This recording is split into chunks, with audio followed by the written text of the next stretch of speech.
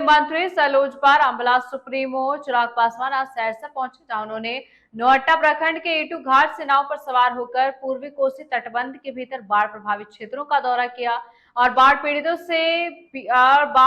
के बीच राहत सामग्री का वितरण भी किया। सुप्रीमो चिराग पासवान आज सहरसा पहुंचे, जहां उन्होंने नौहट्टा प्रखंड के एटू घाट से नाव पर सवार होकर पूर्वी कोसी तटबंध के भीतर बाढ़ प्रभावित क्षेत्रों का दौरा किया और बाढ़ पीड़ितों के बीच राहत सामग्री का वितरण किया। नौहट्टा प्रखंड के पूर्वी कोसी तटबंध के भीतर 7 पंचायत कोसी नदी की उफनादी तेजधार और प्रलयकारी बाढ़ से प्रभावित। वहीं आज केंद्रीय मंत्री चिराग पासवान ने केंद्रीय पंचायत के बाढ़ पीड़ितों से रूबरू होकर उनकी समस्याओं को सुना और सरकार की ओर से चलाए जा रहे राहत कार्यों के बारे में जिला प्रशासन ने जायजा लिया। इस दौरान चिराग पासवान ने महागठबंधन के नेताओं पर जमकर हमला बोलते हुए इस विपदा की घड़ी में राजनीति न करने की नसीहत भी। यहाँ पर ग्रामीणों से मुलाकात कर जाए, उनके पास इतना समय है कि हरियाणा में चुनाव प्रचार कर ले, वहाँ पर सरकार बनाने का हर संभव प्रयास कर ले, पर यहाँ पर जिस वक्त लोगों को उनकी ज़रूरत है ये लोग आना तक ज़रूरी नहीं समझते, अपना प्रतिनिधि मंडल तक भेजना ज़रूरी नहीं समझते।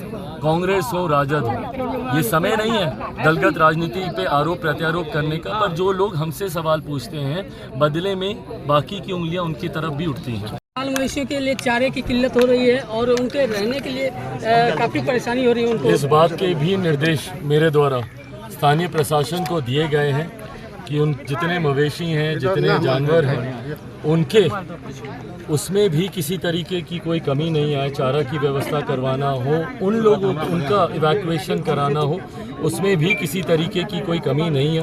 स्थानीय प्रशासन मुस्तैदी से लगा हुआ है। ग्रामीणों के माध्यम से कुछ और शिकायतें हम लोगों को सुनने को मिली हैं, उस पर भी तत्काल प्रभाव से कार्य कर सुनिश्चित किया जाएगा कि आने वाले कुछ घंटों के भीतर उनकी तमाम शिकायतें दूर हो जाए। और मुख्यमंत्री दोनों सरकारें इस बात को लेकर तत्पर और चिंतित है कि ये जो एक आपदा आई है, जो एक लंबे समय के बाद जिस तरीके से हम लोग के पड़ोसी देश में नेपाल में जिस तरीके से संकट आया और उस संकट का प्रभाव सीधा बिहार में अपने राज्य में देखने को मिला और कई जिलों में इसका असर हम लोगों को देखने को मिला। लगभग 12-13 ऐसे जिले हैं कोसी इसके अगल बगल के जो इससे बुरी तरीके से प्रभावित हुए।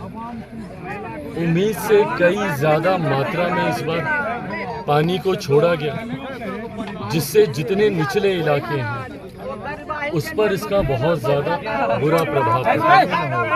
केंद्र सरकार, राज्य सरकार तत्परता से एनडीआरएफ की टीमें हो, एसडीआरएफ की टीमें हो, इस बात को सुनिश्चित कर रही हैं कि सबसे पहले रेस्क्यू इवैक्यूएशन हो ताकि उसमें किसी तरीके की कोई दुखद घटना हम लोगों को सुनने को ना मिले।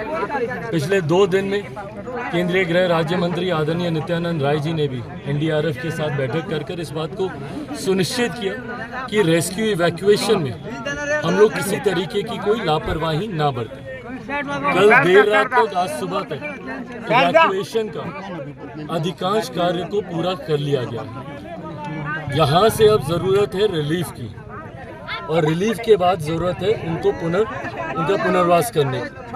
रिलीफ के लिए यहाँ पे कम्युनिटी किचन्स की व्यवस्था कर दी गई है।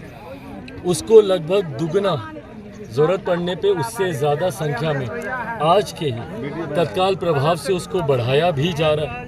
ऐसे इलाकों में जहाँ से ग्रामीण बाहर नहीं आए हैं और वो क्षेत्र एक आइलैंड में तब्दील हो गया है, वहाँ पे सूखा राशन की व्यवस्था भी पहुँचाई जा रही है।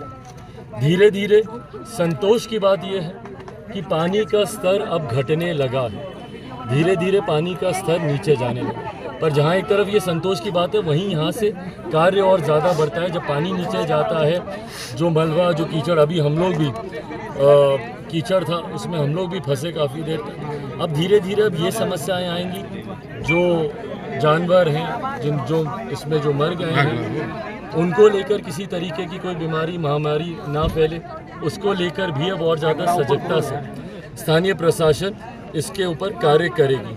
इन तमाम चीज़ों को लेकर आज सुबह भी डीएम एसपी सबसे हमारी बातचीत हुई कार्यों को लेकर।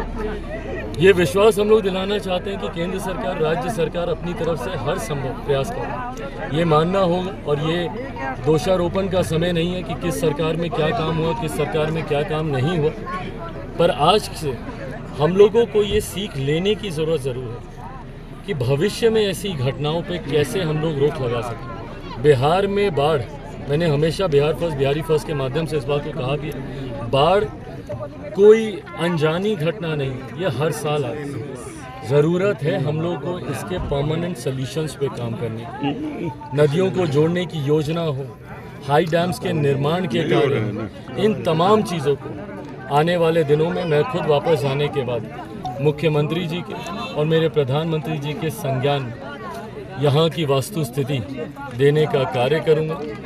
फिलहाल जैसा मैंने कहा, हम लोग की प्राथमिकता है कि रिलीफ में किसी तरीके की कोई कमी नहीं हो और उसके तुरंत बाद इनके पुनर्वास में जब पानी उतरता है, ग्रामीण वापस जल्द से जल्द अपने घर में जा सके, इसकी व्यवस्था करना हम लोग की प्राथमिकता है। सरकार के संज्ञान में मेरे माध्यम से अधिकृत तौर पर भी दिया जाएगा। आज मेरा आने का कारण ही यही है कि ग्रामीणों की जितनी मांग है, जितनी चिंताएं हैं, उसको अधिकृत तौर पर मैं राज्य सरकार और केंद्र सरकार के समक्ष रखने का। मंत्री जी, एक सवाल और है, आरजेडी वालों ने स्मार्ट मीटर को लेकर महाधरना और विरोध प्रदर्शन कर रहे हैं, इस पर क्या कहेंगे आप? पहले तो ऐसी महामारी के समय जो लोग राजनीति करते हैं, पहले वो बताएं ना वो लोग हैं कहाँ। मैं किसी पे व्यक्तिगत टिप्पणी नहीं कर रहा, हर किसी के व्यक्तिगत कमिटमेंट्स होते हैं। मैं ये नहीं कह रहा कि नेता प्रतिपक्ष क्यों नहीं देश में है, क्यों नहीं इस मुसीबत की घड़ी में अपने लोगों के बीच है, मैं ये सवाल खड़े नहीं कर रहा। पर ये सवाल तो बनता है ना कि चुनाव के वक्त जब हर कोई दिखता है तो त्रासदी में क्यों नहीं दिखता। मैं राष्ट्रीय पार्टी के नेताओं से भी मैं पूछूंगा, राहुल जी के पास फुर्सत नहीं है एक बार